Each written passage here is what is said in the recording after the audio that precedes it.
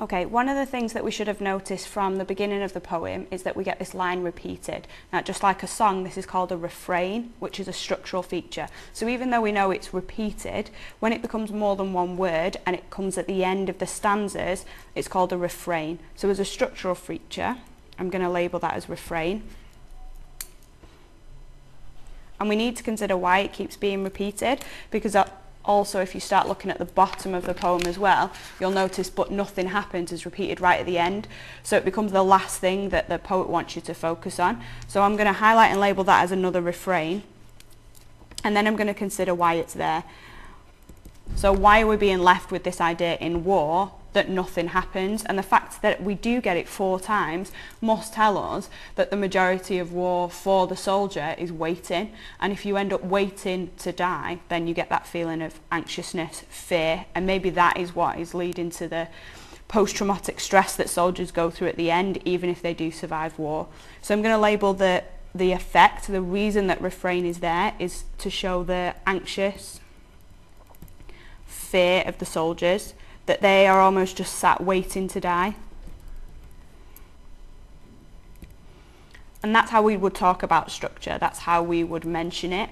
So we can't just say the poet uses a refrain, we have to say the effect that it has, and we have to say we're left with the idea that ultimately Wilfred Owen wants us to understand that a soldier feels anxious, fear, and is waiting to die. So if we go back up to where we were up to, where we're in the middle of this poem, and the sibilants of sudden, successive, flights, bullets, streaks, silence, all this alliteration as well, is the accumulation of all this sound that's happened after nothing. So all this waiting, nothing's happened, and then this sudden fear, because all these bullets and the death is so close, happens right in the middle. It's kind of like the climax. So if we were to see this as a story, it's like the climax of this poem, okay? So I'm going to star this one here. I'm going to label it climax. Okay?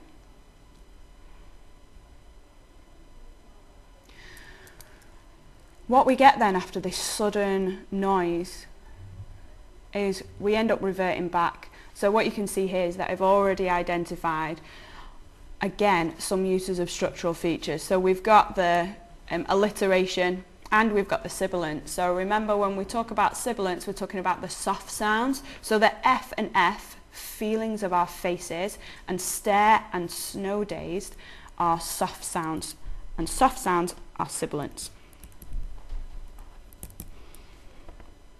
So again, it's no good just to say it is sibilant. We have to consider why all of a sudden have we got this impression of everything seems to have slowed and everything's softer now.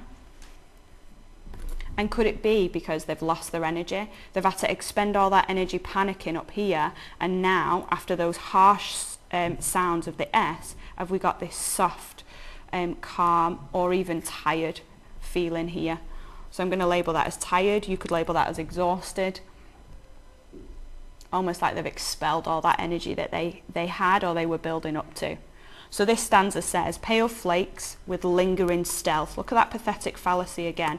So if we was to interpret that line, these flakes, these snowflakes, which we assume and we think of as actually being something quite beautiful or something we look forward to, here are lingering stealth.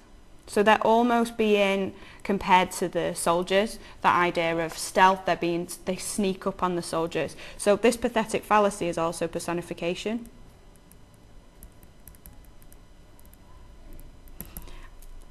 And it's the idea that they're comparing them to the soldiers. So stealth is about being snuck up on, coming out of nowhere, almost like you're not prepared for it.